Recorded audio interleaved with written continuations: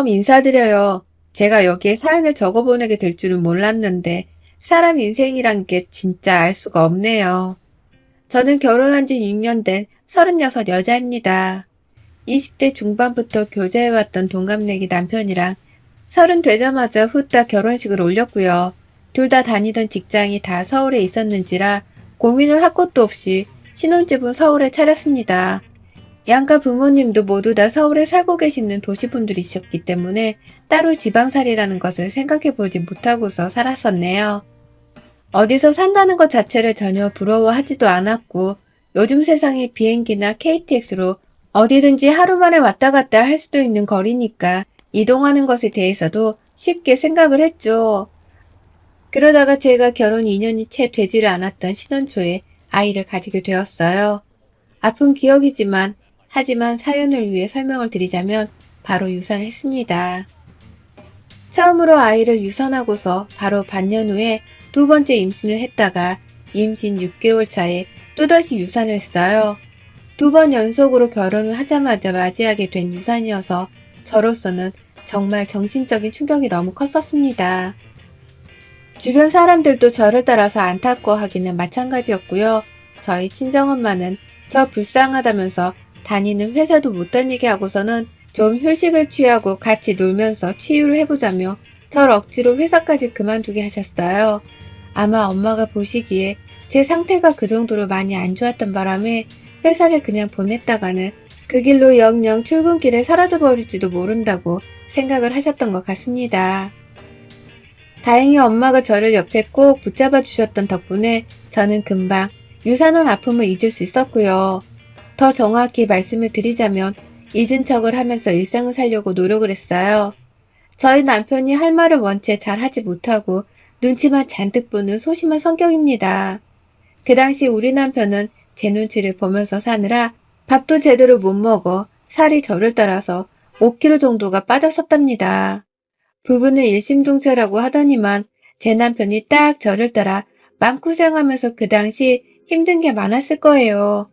아무튼 저희 부부는 결혼 초부터 상처를 받을 만한 일을 겪고 난 후 조금은 다른 결혼 생활을 하게 되었습니다. 남들을 볼 때마다 애가 있으면 그게 그렇게 부럽더라고요. 내 뱃속에서 죽은 아이한테도 너무 미안해졌고요. 조금은 더 많이 남들을 신경 쓰면서 살기 시작했고요. 남들이 과연 애를 둘이나 유산한 나를 어떻게 볼까 싶은 트라우마적인 생각 때문에 제대로 된 일상을 좀 살기가 힘들었어요. 이런 저를 보면서 남편도 똑같이 사람들의 눈치를 보기 시작했고 특히 시댁 식구들의 입단속을 하느라 내내 안절부절을 못한 채로 살았답니다. 남과 다를 것이 하나 없이 꾸는 시댁 식구들 때문에 저나 남편은 늘 명절이 지옥이었고 또 시댁 행사날이 불편했어요. 우리 부부가 결혼을 할 당시 시부모님께서는 10원 한 장도 보태주시지 않으시고 자식의 결혼을 방관하듯 지켜보기만 한 분이셨어요. 저희 친정에서는 부모님이 어찌 그런 시부모를 둔 집으로 시집을 가려 하냐면서 결혼식 막판에 반대를 했었을 만큼 동전 한 푼도 주질 않으셨답니다. 신혼집을 구하는 것도 저희 친정에서 5천만 원을 보내주셨고 남편이 직접 대출을 받은 걸로 집을 장만했었는데요. 시부모님은 그 와중에도 남일 보듯이 팔짱을 끼고서는 어찌 한 푼을 보태주려 하질 않으셨어요. 그랬던 분들이셨기에 신혼집뿐만 아니라 신혼가구를 채우는 것부터 결혼식을 치르는 것들까지 모조리 다 저희 부부랑 친정에서 나온 돈으로 해결을 했는데요. 저 유산을 하면서 잔소리를 가장 많이 퍼부었던 건 바로 시댁이었답니다. 잘 살라고 보태준 돈 한 푼도 없고 정성도 없으셨던 분들이 번갈아 가면서 저의 유산을 언급하고 신뢰가 되는 줄도 모르고서는 자꾸 잔소리를 하시는 게 너무 서러울 지경이었죠. 왜 저러나 싶어서 화도 났고요. 빨리 애를 또 가져야 유산이 되는지 출산을 할 수 있는지 알 수 있지 않겠냐는 닥달도 서스럼없이 하셨고요. 저희 시아버지께서는 술을 먹다가 조금이라도 취기가 올라오면 죽은 애들이 불쌍해 죽겠어 라고 하면서 분위기가 갑자기 세질 만한 소리를 하며 제 죽은 뱃속 아이들을 언급하셨습니다. 아이를 유산할 당사자인 저조차 입에 함부로 담지 않고서 잊으려고 노력하며 씩씩하게 잘 살려고 하는 중이었는데 시부모님은 그 사실을 계속해서 언급하고 떠올리게 하시면서 대수롭지 않게 일상 속에서 대화를 나누려고 하셨어요. 제가 불편한 기색을 여러 차례 내기도 했고, 남편도 옆에서 그런 소리를 왜 하냐면서 입단속을 시키려고 많이 시도를 했었는데요. 아무 소용이 없었습니다. 시부모님께서는 애초에 제 뱃속 아이들이 죽은 것에 대해서 심각하게 생각을 하지도 않으시는 분들이었기 때문에 저를 향한 동정심이나 안타까움 혹은 슬픔 같은 것들을 전혀 느끼지 못하는 소시오패스들과 다름이 없었거든요. 그렇게밖에는 시부모님의 태도가 설명이 되지 않았어요. 그런 와중에 시부모님도 모자라 남편이 하나뿐인 누나인 저희 시누이, 그리고 시누이의 남편도 모자라 애들까지 나서서 얘 죽었어요? 라는 말을 아무렇지 않게 해대며 저에게 답을 드리려고 했고요. 사돈의 팔촌인 건지 누군지는 정확히 잘 모르겠으나 결혼식 때 한 번 봤었던 남편의 친인척 분들까지 어쩌다 저를 만나게 되면 꼭 죽은 아이를 물어보셨어요. 그러다 시간이 좀 지나고 나서는 또 죽을까봐 임신을 안 하는 거야, 여태? 라는 질문을 던지셨고요. 사람에 대한 기본적인 배려 같은 것이 애초에 없는 집안이라고밖에 생각이 되질 않을 정도로 이분들이 제게 던지는 말 한마디 한마디는 다 뼈가 있었고 상처가 되었습니다. 회사를 그만두고 마음을 치유하고 있던 저는 다시 잘 살아보기 위해서 2년 정도의 시간을 두고서는 재취업을 하게 되었는데요. 그때 시어머니가 그러다 또 애 죽으면 어떡해. 그냥 집에서 몸이나 챙기지 뭘. 라고 하시는 말을 듣고서는 완전히 결심을 하고서는 서울을 뜨기로 했어요. 제주도로 내려가기로 한 겁니다. 시댁 식구들 근처에 살면서 자꾸만 얼굴 보고 마음에 상처가 되는 얘기나 들으면서 정말로 상처를 받고 사느니 그냥 아무 연고도 없는 한적한 도시에 가서 살고 싶었어요. 한창 제주살이 한 달살이 같은 게 막 유행을 하고 있는 중이어서 저도 내내 마음속으로 훌쩍 떠나보고 싶다는 생각을 하면서 살았어요. 하지만 시어머니의 마지막 그 한 방이 저를 완전 빡돌게 만든 것이었습니다. 그래서 저 막 재취업을 한 직장도 눈물을 머금고는 그만두고서 남편과의 충분한 대화를 거쳐 제주도로 집을 옮겼어요. 남편도 늘 저에게 상처를 주려고만 하는 시댁 식구들을 중간에서 커버하고 막는 것에 상당한 스트레스를 받고 있었다고 고백을 하더라고요. 그냥 차라리 우리가 지금까지 모아놓은 돈으로 제주도에서 새롭게 시작을 해보자면서 흔쾌히 동의를 했습니다. 당시 집값이 꽤나 오른 상태여서 서울 집을 팔고 나니 대출금은 한 번에 갚을 수 있었고 모아놓은 돈으로 제주도에 있는 아주 작은 집 한 채를 샀어요. 여행을 가며 묵는 그런 근사한 숙소나 타운하우스가 아니라 정말 제주도의 한 동네 안에 있는 현지인 집이었어요. 리모델링도 저희가 싹 다 하고 얼마 지나지 않아 남편이 운이 좋게도 회사 상사분의 도움을 받아 제주도에 있는 작은 한 회사에 재취업을 할 수 있었어요. 월급은 서울에서 받던 것보다 반토막이 나버렸지만 정말 좋더라고요. 그냥 아는 사람 하나 없는 이 동네에서 아무도 나한테 아이 문제를 언급하지도 않고 또 감정이 상하게 하지도 않으니 말입니다. 이래서 제주살이를 한 번쯤은 다들 꿈꿔보는구나 하는 생각이 들면서 정말 열심히 타지 생활을 즐겼어요. 열심히 바다도 찾아다녔고 맛집도 찾아다녔고 또 저는 개인적으로 집에서 작은 일인 사무소 하나를 차려서는 프리랜서로도 일을 시작했습니다.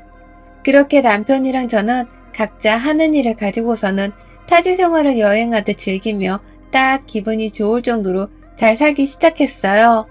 그런데 그때부터 조짐이 뭔가 이상했어요. 시어머니랑 시아버지 그 돈 모자라서 친누이까지도 전화를 해와서는 집이 어떠냐면 사진을 보내달라 하더라고요. 처음엔 제주도로 이사를 간다니까 그 멀리를 왜 가냐고 하면서 막 반대를 하고 돈 지랄을 하지 말고 서울에 남아있으라며 이해를 못한다고만 하시더니 언젠가부터 저희를 그냥 내버려 두기만 하셨거든요. 그래서 저는 저희 부부가 너무 확고하게 이사를 가려고 하니까 마음에 체념을 하신 줄 알았습니다.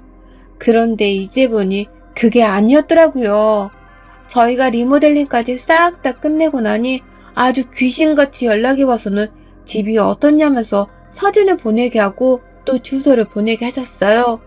그리고는 정말 거짓말이 아니라 며칠 지나고 나서 시부모님이랑 시누이네 가족들이 단체로 저희 집을 찾아왔습니다. 그때가 금요일 저녁이었는데요. 이제 보니 시누이 남편이 회사 퇴근을 하는 시간에 맞춰서 우르르 비행기를 타고 온 거더라고요. 그 저녁에 공항이라면서 데리러 오라고 연락을 하는데 정말 기절초풍하는 줄 알았어요. 시누이네 식구가 총 4명이고 시부모님은 2명, 총 6명의 사람들이 갑자기 우리 집에 오겠다고 제주도로 왔는데 렌트카 하나를 제대로 신청을 하지 않고서는 무작정 공항이라며 마중을 나오라 한 겁니다. 그래서 겨우 경차 하나 중고로 사서는 끌고 다니고 있었던 저희 차에 겨우 시부모님만 모시고서는 일단 집으로 왔고요. 시누이네는 버스를 타든지 택시를 타고 오라고 하는데도 절대로 차비에 돈 아까워 돈 쓰기 싫다면서 억지를 부리는 바람에 결국 시부모님을 저희 집에 모셔놓고는 다시 그 먼 길을 따라 공항까지 가서는 시누이네를 태워왔습니다. 뒷좌석에 애들이랑 짐가방이 아주 한데 뒤섞여서는 정말 난리도 아니었어요. 그렇게 갑작스레 찾아온 시댁 식구들은 뻔뻔스럽게 저희 집을 보고서는 평가질을 하더라고요. 아니, 이 코딱지만한 집에 우리가 다 어떻게 지내니? 야, 여기 방도 2개뿐이야? 그럼 우리 중에 누가 거실에서 자야 하는데? 라고 말이죠. 지들을 위해서 우리가 제주도에 숙소를 차린 것도 아니고 오히려 지들을 피해서 우리끼리 조용히 좀 살겠다고 제주도의 작은 집에 만족하며 내려와 사는 중이었는데 찾아와서는 집이 작다, 자기들이 제대로 잘 수가 없다면서 따지고 불만을 토로하더라고요. 유사나 아이에 대해서 잔소리를 들었을 때와 다를 것이 없이 제 눈에 보이는 우리 시댁 식구들은 정말 단체로 소시오패스들이 분명하다 싶었습니다. 그 정도로 제 상식으로는 도저히 이 모든 상황이 납득이 가지 않았어요. 나한테 이 정도로 민폐를 끼쳐야만 속이 시원한 건가 싶어서 미칠 노릇이었죠. 결국 주말을 껴서 우리 집을 찾아온 시댁 식구들은 다음날 아예 남편한테 렌트카를 당장 렌트하라고 닥달해서 남편이 억지로 자기 돈을 써서는 차를 하나 렌트했고요. 그렇게 저를 빼고서 시댁 식구들을 주말 내내 제주 관광을 시켜주다가 공항에 돌려보냈습니다. 시댁 식구들이 떠난 집은 아주 쓰나미가 밀려왔다 간 듯이 처참했고요. 그걸 치우느라 저나 남편은 마지막 주말이던 그 일요일 저녁 내내 제대로 허리를 펴지도 못했었답니다. 설마 이게 또 반복적으로 일어나진 않겠지 싶었는데 늘 불길한 예감은 적중을 했죠. 그 다음에 남편의 한 친척분께서 연락이 오셨어요. 시어머니께 말을 전해드렸다면서 우리 사는 곳 주소를 찍어달라 하시더라고요. 그러더니만 50대이신 그 친척분이 남편분이랑 같이 둘이서 우리 집을 찾아오신 겁니다. 2분은 은퇴하고 집에서 할 일이 없으신 건지 평일 대바람부터 제주도를 찾아오셨고요. 그렇게 저는 또 영문도 모른 채 시댁 식구들을 제 집에 묵게 했어요. 방 하나는 제 작업 사무실로 쓰는 곳이었는데 어쩌다 보니 시댁 식구들이 제주도에 여행을 오면 내줘야 하는 숙박시설 같은 것으로 쓰게 되었답니다. 남의 집에 돈 한 푼 안 내고 무료로 숙박을 하려고 찾아봤으면 적어도 서울에서 뭐 하나 선물을 사오던가 하다못해 현금이라도 10,000원짜리 한 장은 줘야 하는 게 인지상정이잖아요. 하지만 이놈의 시댁 식구들은 저희랑 가깝던 혹은 멀던 아무도 염치라는 것을 챙길 줄 모르더라고요. 빈손으로 찾아와서는 하나같이 우리 집이 좁아 죽겠어서 올해는 못 살겠다며 투덜투덜 거리셨고요. 당연스럽게 자기들이 제주도에 오면 관광을 시켜주는 것은 저나 제 남편의 몫이라고 생각을 하셨습니다. 그 흔한 투어나 렌트카는 늘상 예약 따윈 하지도 않으셨고요. 하나같이 우리한테 공항으로 데려오라고 하고 또 맛집도 알려달라고 하고 관광지로 태워다주고 또 데리러 오라고 시키면서 온갖 여행사에서나 할 짓들을 전부 다 저희 부부한테 요구를 하셨어요. 눈 하나 깜빡하지 않은 채로 뻔뻔스럽게 말입니다. 급기야 저희 시부모님은 한 달 살기를 하고 가신 적도 있답니다. 제주도행 비행기표만 끊고 오셔서는 돌아가는 비행기표는 사지도 않으셨더라고요. 그냥 와서는 몇 날 며칠을 계속 지내시길래 언제 돌아가시냐고 물어보니 너가 가라니까 더 가기 싫네. 우리 가는 티켓 안 끊었다 아직. 한 달이 있으려고 한다. 라고 하시더라고요. 그리고는 정말 한 달 내내 저희 집에서 관광하듯 머물다가 가셨습니다. 남의 호텔을 사용하듯이 청소도 안 하고 설거지도 안 하고 요리는 당연히 안 하셨고요. 이불 정리하는 것부터 시작해서 자기들이 쓰고 난 방 청소까지 전부 다 저한테 시키셨어요. 그 바람에 저는 하우스 키핑까지 도맡아 하면서 시부모님의 제주 한 달 살기를 보조했죠. 그러니 저 진짜 여러 차례 멘붕이 왔었답니다. 이 짓은 더 못하겠다면서 또 제주도에 누가 오려고 하기라도 하면 막 욕을 퍼부을 작정으로 길을 세웠어요. 그러다가 코로나가 찾아왔어요. 정말 다행인지 불행인지 그 덕분에 시댁 식구들도 발길을 딱 끈더라고요. M1 시댁 식구들의 제주도 방문 때문에 저희 친정 부모님도 여태 제주도를 한번 못 오셨을 때였는데 코로나가 터지니 얼마나 우리 부모님이 보고 싶던지요. 이게 다 시댁 식구들 때문인 것만 같아서 괜히 천불이 났죠. 그럼에도 이제 더는 안 봐도 된다고 생각을 하니 다행이다 싶었고요. 하지만 요즘 코로나는 조금씩 일상 속에서 함께 해야 하는 걸로 인식이 바뀌었고 사람들도 명절에 막 여행을 간다고 공항이 좀 더 붐비기 시작했잖아요.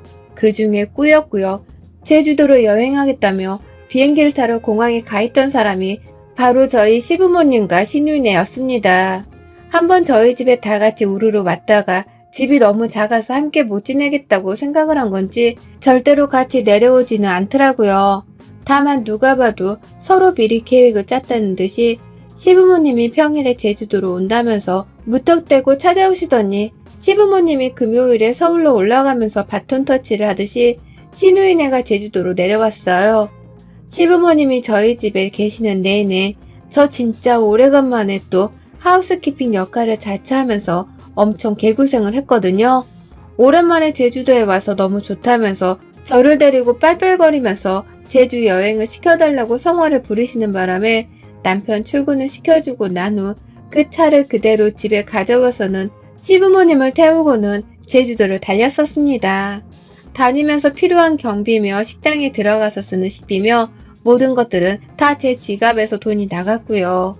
그 와중에 시부모님은 지갑 한 번을 열어서 저한테 밥 한 끼를 사주질 않으셨어요.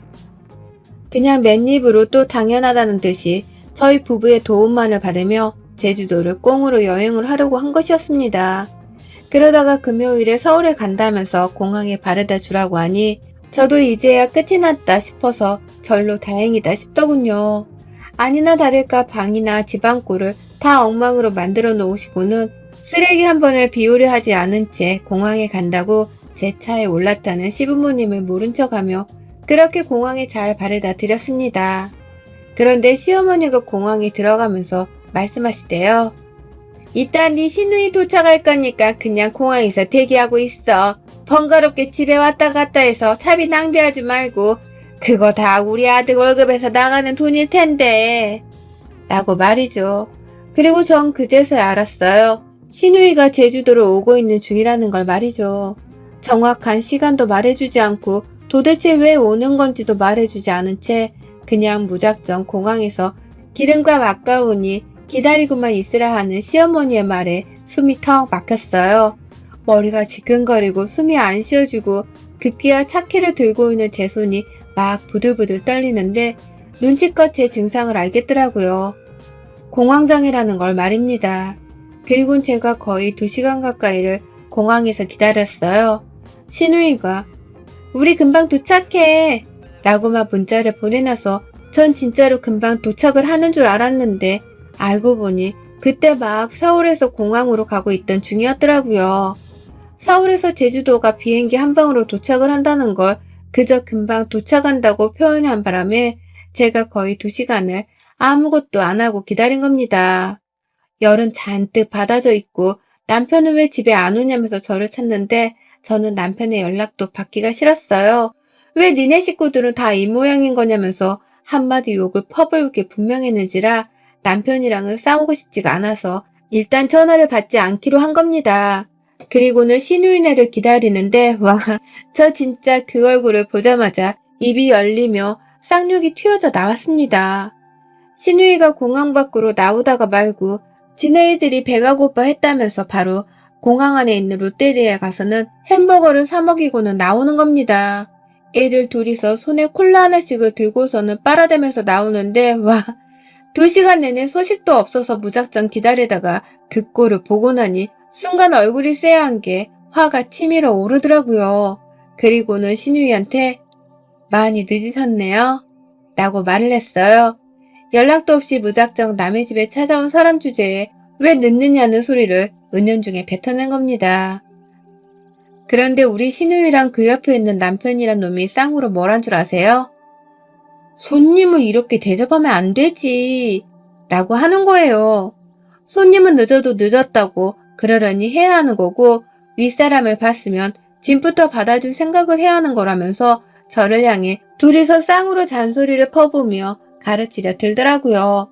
이건 뭐 기가 막힌 건 둘째치고 사람 새끼들이 아닌 것들과는 도무지 대화가 안 통해서 뭐라 할 말이 없었습니다. 제 손님들이세요? 저는 초대한 적이 없는데 누군 마음대로 형님이 제 손님이에요? 내가 언제 오라고 했어요? 왜 멋대로 이 늦은 시간에 사람을 기다리게 하면서 찾아와 놓고 손님 대접을 바래요? 라고 하며 저도 결국 화가 폭발해서는 소리를 쳤어요. 사람들이 막 공항을 빠져나가는 중이어서 주변에 사람들이 정말 많았는데 저는 부끄러운 줄도 모르고 신우이한테 소리를 질러댔어요. 내가 초대를 했냐고요. 손님 대접을 받고 싶으면 돈을 내던가 아님 돈 내고 호텔을 들어가던가 왜 남의 집에 멋대로 찾아와서는 대접을 바래요? 염치 좀 챙기고 사세요. 라면서 혼자 공항 천장을 보며 소리를 지르고 숨을 거르고 별짓을 다 했다가 신우 남편이 저보고 그러더라고요. 미쳤나봐. 라고 하면서 저를 막 이해할 수 없다는 듯이 쳐다보면서 표정을 잔뜩 찡그리는데 그 무시하는 표정에서 저는 환멸을 느꼈습니다. 내 마음을 알아주길 바란 건 아니었지만 그래도 적어도 내 집에서 지내려고 하는 사람이라면 집주인한테 미안해하기는 할 거라 예상했거든요. 그런데 저를 이해하기는커녕 미쳤다고 말하는 그 인간의 말에서 저는 결국 마지막 희망의 끈까지 놓아버렸고요. 바로 그 자리에서 신우 둘째 애가 들고 있는 음료를 뺏어다가 신우 남편의 얼굴에다가 음료를 부어버렸어요. 자식들 보는데 부부가 쌍으로 부끄럽지도 않아요? 남의 집에 찾아오는 손님이면 손님답게 예의를 갖추시라고 하는 말인데 미쳤다고? 미친 게 뭔지 제대로 한번 보여줄까요? 나 당신들 우리 집에 다시는 안 들일 거니까 어디 한번 공항에서 차 렌트해서 숙소 잘 찾아가 보세요. 손님 대접 받고 싶어 하는 것 같으니 소원대로 해줄게. 호텔 구에서 손님 대접 떵떵거리며 받고 지내다 가세요. 다신 제주에 와서 함부로 우리 부부 부르지 마. 또 온다고 하면 그땐 당신 부모가 찾아와도 난 소금부터 뿌려가며 쫓아낼 거야. 라고 하면서 음료를 탈탈 털어버리고는 혼자 공항을 빠져나왔어요. 뒤에서 신우의 남편이랑 신우가 번갈아 쌍으로 소리를 질러가면서 제 이름을 부르고 있었는데요. 저는 혹여나 저를 따라 제 차까지 쫓아와서는 억지로 타고 가려 할까봐 정말 빠른 걸음으로 제 쪽으로 해서는 공항을 빠져나왔어요. 그리고는 바로 제 차에 탑승을 하자마자 뒤도 안 돌아보고 집으로 왔습니다. 남편은 그 사이 신유이한테 마중 나오란 전화를 또 받은 건지 누나가 나오라는데 너 공항 아니야? 라고 하면서 눈치 없이 묻는 전화를 하더라고요. 그래서 전 남편한테도 결국 한바탕 퍼부었습니다. 니네 가족들 내 집에 또 얼씬하게 하면 너도 그땐 쫓겨날 줄 알아? 이혼하고 싶으면 네 가족들을 또 불러보던가. 어디 염치도 없는 것들을 자꾸 초대해서는 팔자에도 없는 팔추부짓을 하며 손님 대접을 해주려고 해. 지들이 여행을 하고 싶으면 알아서 숙박이면 공항 픽업까지 알아보라고 해. 라면서 절대로 집에 붙어있으라고 닥달을 했습니다. 저는 차를 끌고 집에 도착을 하자마자 결국 울음을 터뜨리며 제주도에 와서도 니네 식구들 때문에 이게 뭔 난리야. 라면서 거실 바닥에 들어 누웠고요. 제발 좀 안 보고 살게 해달라고 애원을 하니 남편도 이런 제가 불안불안해 보였는지 초대 안 할 거야 걱정 마 라고 하면서 자기 핸드폰 전원을 제 앞에서 보란듯이 꺼버리더라고요. 그게 바로 지난주 금요일에 일어났던 일이었고요. 그 후 신우이는 우리 집을 찾아오긴 했었어요. 다만 저희 부부가 문을 열어주지도 않고 밖에서 누가 집에 쳐들어오려고 한다고 경찰에 신고를 하니 그제서야 꽁무니를 내빼듯이 도망을 치더라고요. 지들이 어찌저찌 렌트카를 빌리긴 한 건지 차도 있었고 더 이상 숙박을 하겠다면서 재워달란 연락도 하지를 않은 채 그러고 조용히 지내다가 서울로 올라간 듯 했어요. 그리고는 평일에 다짜고짜 시누이가 저를 고소하겠다면서 연락이 왔네요. 감히 공항에서 자기 가족들한테 망신을 줬다면서 명예훼손을 들먹이며 고소를 하려 하더라고요. 그러니 저도 그간 우리 집에 와서 공짜로 먹고 자고 여행했던 경비를 싹 다 모아서는 금전적인 포상을 하게 만들어주겠다며 맞고소를 하겠다 으름장을 놓았습니다. 명예훼손은 100만 원이면 되겠지만 당신은 몇백을 더 물어내야 할 거라면서 아주 신신당부를 하니 시누이는 먼저 전화를 툭 끊어버리고는 지금껏 추가 연락이 없네요. 아마 속으로는 무지하게 쫄고서는 잠수를 타려한 것 같습니다. 뭐 덕분에 이제 시댁 식구들도 다 하나같이 정신을 차리고는 우리 집에 못 올 것이란 생각이 들고요. 온다고 하더라도 제가 공항에서부터 소금을 던져가며 제주 땅에서 쫓아내버릴 심상이라 상관은 없습니다. 어디 또 내 집에 쳐들어오려고 하기만 해봐라. 제주 땅에서 길 잃은 노숙자가 되는 게 어떤 건지를 제대로 보여줄 겁니다. 여러분의 생각은 댓글로 남겨주세요. 오늘도 시청해주셔서 정말 감사합니다.